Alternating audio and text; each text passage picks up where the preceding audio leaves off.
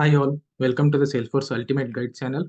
I hope you guys are doing good. In this video series, I am going to come up with frequently asked Salesforce developer interview questions and answers. We would have studied Salesforce admin and developer part thoroughly, but when we are attending the interviews, we should prepare for frequently asked interview questions. If we are good with Salesforce knowledge and don't study the interview questions, then we may not answer properly in the interview. So studying interview questions is most important part of the preparation. I'm going to cover as many interview questions as possible so that this video series will be the go-to reference, knowledge reference for interview questions. So in this video series, we will learn interview questions along with the practicals so that we no need to by heart the answer and we will understand the concepts properly and we will never forget it. There are like few ground rules we need to follow. Please keep your mobile in another room so that you don't get distracted for the next 30 minutes.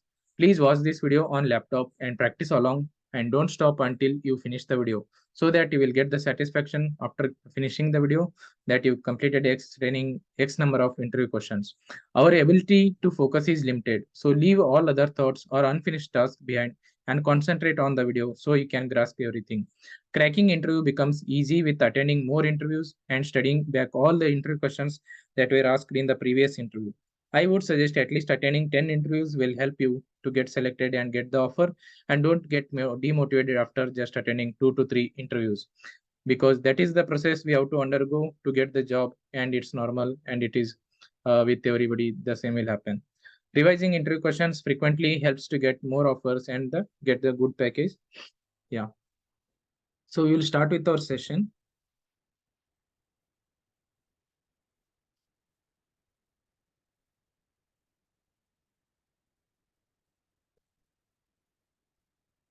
What is cloud computing? The practice of using a network of remote servers hosted on the internet to store, manage, and process data rather than on a local server or a personal computer. Cloud computing is a model for delivering information technology services in which resources are retrieved from the internet through web-based tools and applications, as opposed to a direct connection to a server. This allows for on-demand access to a shared pool of configurable computing resources, such as network servers, storage, applications, and services that can be rapidly provisioned and released with minimal management effort. This allows users to access technology resources without owning the underlying infrastructure, which can lead to cost savings and increased scalability and greater flexibility. I think you guys may be knowing. So nowadays, almost all the people are moving to the cloud computing. They don't want to store they don't want to purchase all the infrastructure and set it up first. Then they develop their a software application. So they can just go with renting out some of the SaaS companies' products, and they can build their software on top of that. So right now, it is the like this generation is cloud computing generation. The second question is, what is Sandbox URL? So the Sandbox URL is test.salesforce.com. A sandbox is Salesforce is a replica of a production environment that is used for testing and development purposes. A sandbox URL is the web address or a URL that is used to access the specific sandbox environment. This URL is different from the production URL and is used to access the sandbox environment in order to perform testing, development, and other non-production activities. The sandbox URL typically takes the form of test.salesforce.com, where test is replaced with the specific name of the sandbox environment. For example, if a sandbox is named my sandbox, the URL would be mysandbox.salesforce.com. So if you guys are already working in the project, so whenever we try to log in into any of our sandboxes, we just have to go with test.salesforce.com. But no, like let us say that we don't know the proper URL of our company, or that time we can just go to test.salesforce.com and then type our username and password given by the company. Then we are able to log in. So we no need to buy at the our organization sandbox URLs.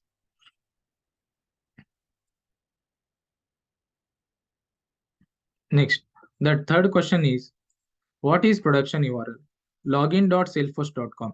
The production URL is in Salesforce is the web address or URL that is used in to access the live production environment of a Salesforce instance.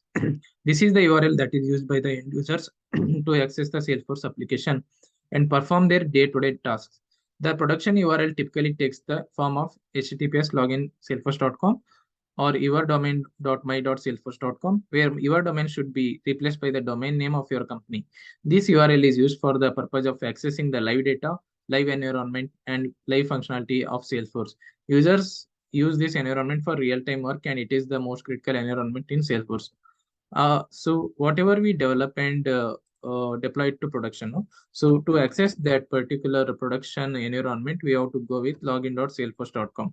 I think you guys would have already signed up to a free developer edition of the Salesforce. So free developer editions will work as a production environment. We can make all the changes directly and see the output there. So like whenever we are trying to either log into our developer edition or we want to like log into the production environment of our company, then we have to go with login.salesforce.com and we have to put the username and password for the same. What is production? Production refers to the live actual environment where the organization, live data, and live functionality reside. The production environment is the most critical environment in Salesforce as it is used by the end users to access the Salesforce application and perform their day-to-day tasks. The production environment is typically separate from the testing and development environments, such as sandboxes, and is designed to handle the full volume of the live data and transactions. It is the environment that is used for real-time work, and it is the final environment where the changes are made during the development and testing phase are implemented. Access to the production environment is typically restricted to a selected group of users, such as system administrators and IT staff, to ensure that only authorized changes are made to the system. So you would have already heard about like production environment and developer environment and all. So production is like let us say that we have banking software. So like all the real time users which they are using in the production, like in the real time, let us say that I have HDFC account and I am doing the transactions and all. So that is the production environment. Similarly, whenever we are implementing, we are creating any application on the Salesforce and we are deploying it to the production. So like the live users, the real time users can utilize that production environment, and they can store the data, modify data, and they can use it for storing the customer data and interacting with the customers and all. So that is the production. Like whenever we are making any changes, no, like we first develop in the developer environment, then we test it properly, then it will go for UAT testing. First, it will go to normal testing, then it will go to UAT testing. Finally, we will be deploying it to production for the real-time users. So, like production environment, like kind of sensitive. Like we know we should not make like unwanted changes directly on the production. It's better we do first the changes on the development, test it, and then finally move it to production. So that is the production environment. So fifth question is, what is Sandbox? Sandbox is copy of your organization in a separate environment that you can use for a variety of purposes, such as developing, testing, and training. Sandboxes are completely isolated from your Salesforce production organization. The operations you perform in your sandboxes don't affect your Salesforce production organization. To create the sandbox in production, we can find one link called sandboxes. From there, we can create the sandboxes by choosing the type of the sandbox. So, like Sandbox is one of the, whenever you just join a company and you become a Salesforce developer, they will give you a developer sandbox. So whatever the features they want, they will be stored in either in a Jira board as a user stories. So you have to understand the user stories and you need to implement it on the developer sandbox. As soon as you implement, you have to test with the unit testing. If all the scenarios are working properly or not, then you will give it for you will deploy it to testing environment for the testing purpose. So these are all called sandboxes, and like production will be different, and the developer sandbox, testing environment sandboxes are different. And like whenever we copy metadata from developer sandbox to production, so that will be deployed.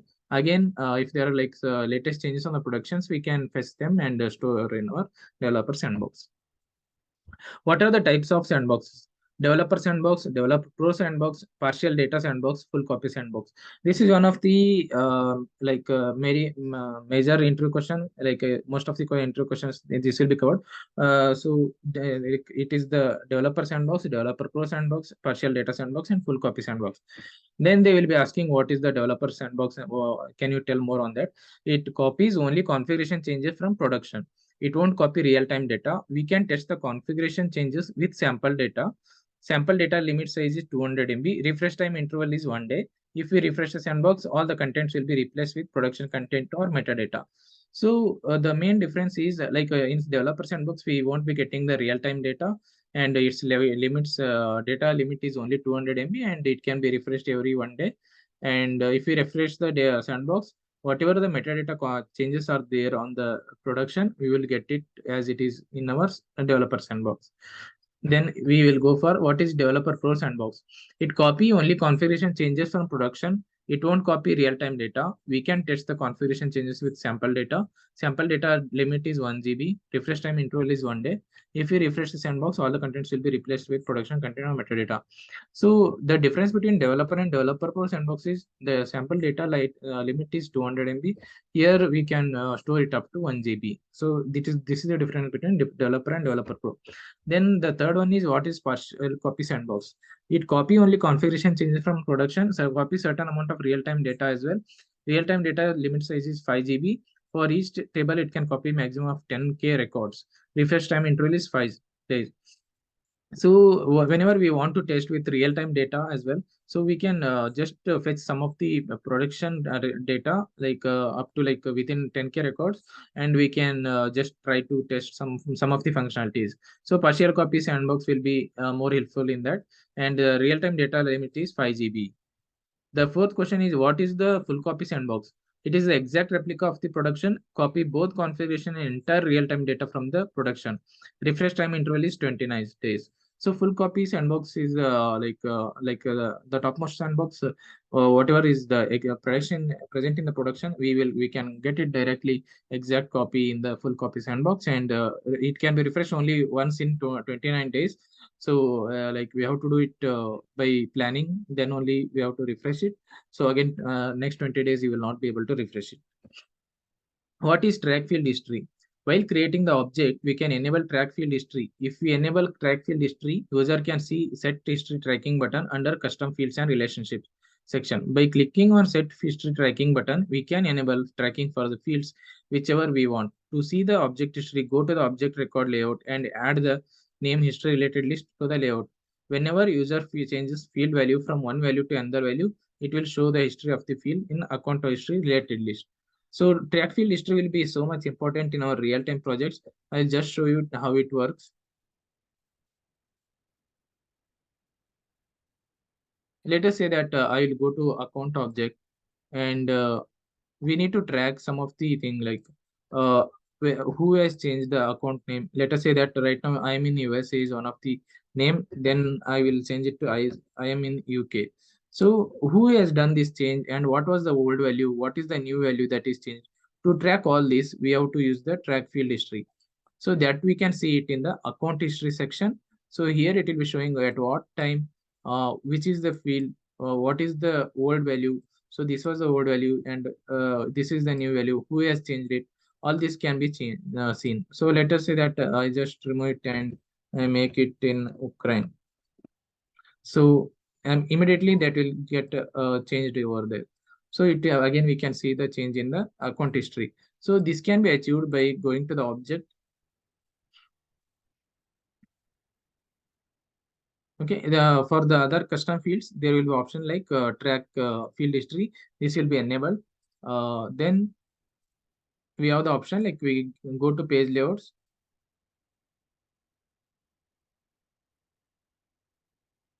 related list. So here I have dragged account history from here to the here. So that's why I'm able to see the account history. So this is how we have to use the track field history. What are the activities in the Salesforce? To create the activities while creating the object, we should check for allow activities checkbox. Then user can add open activities and activity history related list on the object layout. There are two types of activities. Task is nothing but work assigned to a particular person. It doesn't have certain time limit. Event. It has certain time limit. In that time only all persons should be assembled. After that the time limit is over, event will get complete. Then once the event or task status is changed to completed, then we see those records under activity history related list. So activity is also one of the most important component we are going to use in Salesforce. So even in our self real-time project, we are utilizing this for the case activities tracking. So let us open one of the case here as well, or we can just open an account.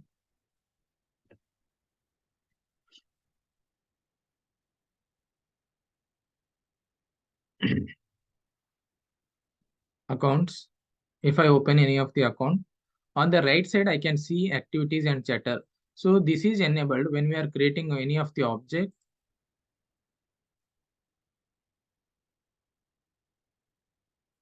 Object manager, when I'm creating any of the new custom object as well, it will be giving the option like allow activities and track field history. So if we enable these only, then we can bring the activity component from here. So when it is one of the lightning page component, so we can just standard lightning page component, we can just drag and drop it on the page layout. So here is the activities.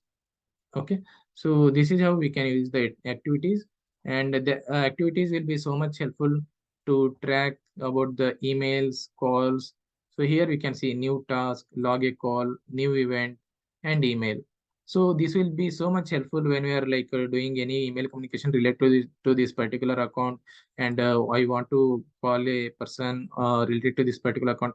All those can be logged it properly here, and anyone other person who want to view this record, they can see the activity that is happened over this particular account.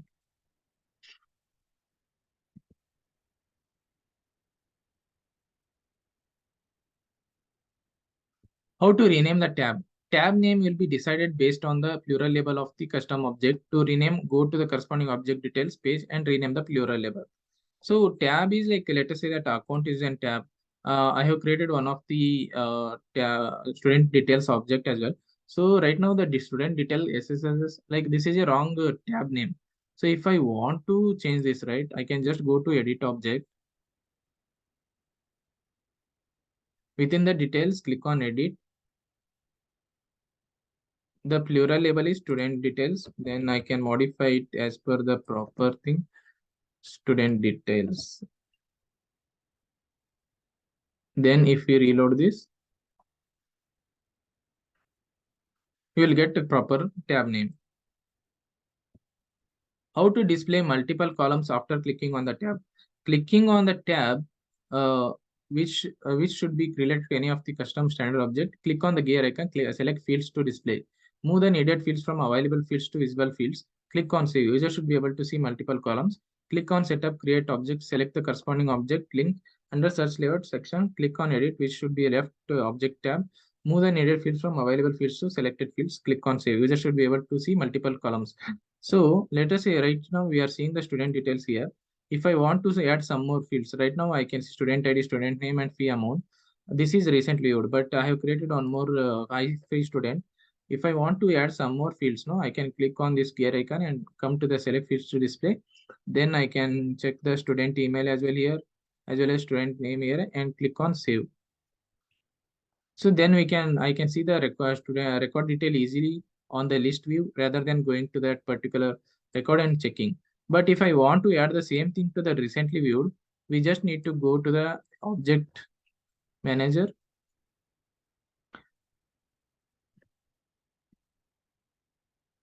and there will be like search layout. So within the search layout, if we add any of the extra fields we want to see, student email as well as is active. So we can easily see on our recently viewed details.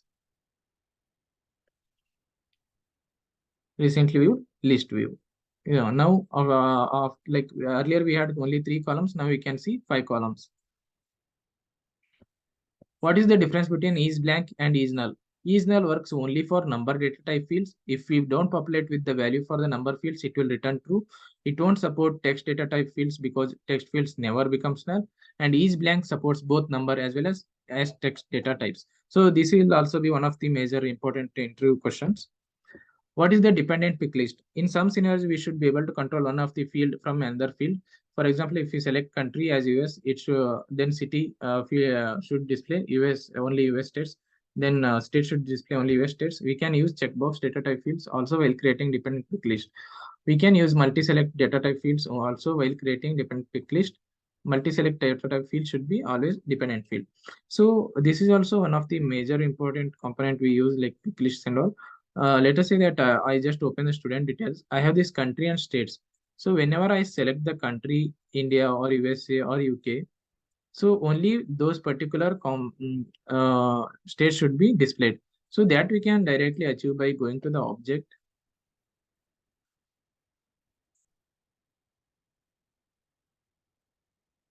and the fields.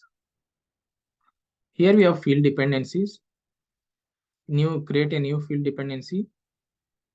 The controlling field is the country and the dependent field is the state. Continue.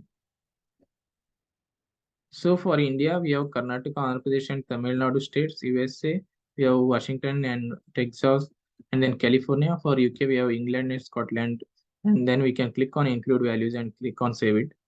So after making this change, when we are creating one of any of the self student record,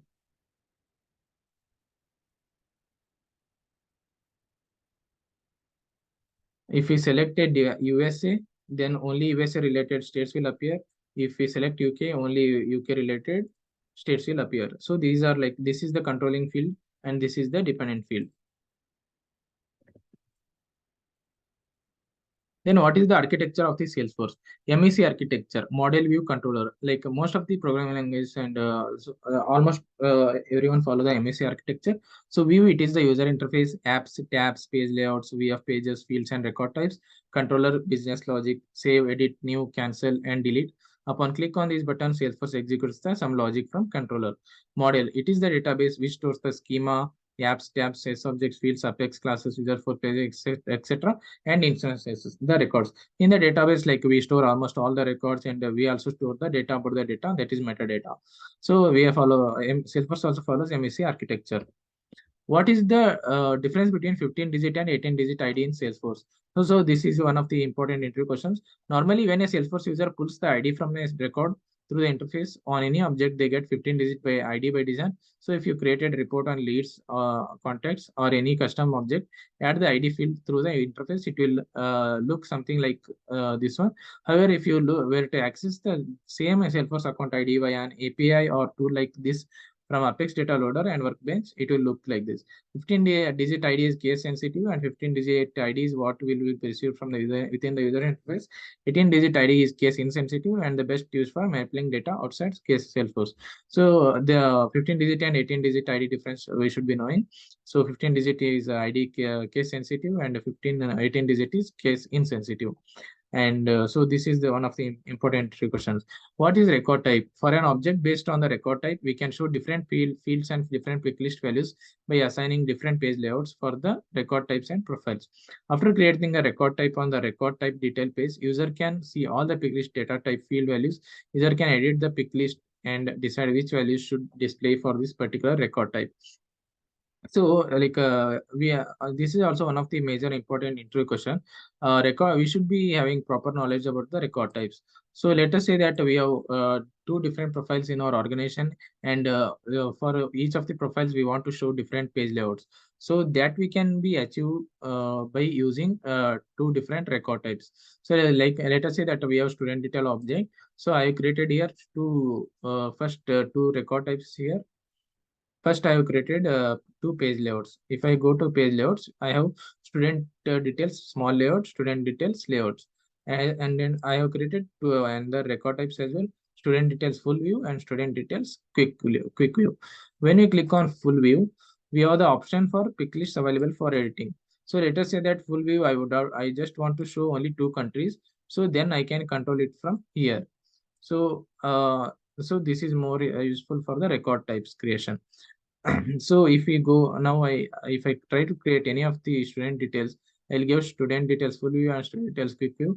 In the full view, right now I'm trying to display country, all the three countries. But if I go to the student detail quick view, I just display only two of the countries. So this can be achieved through the record type visibility.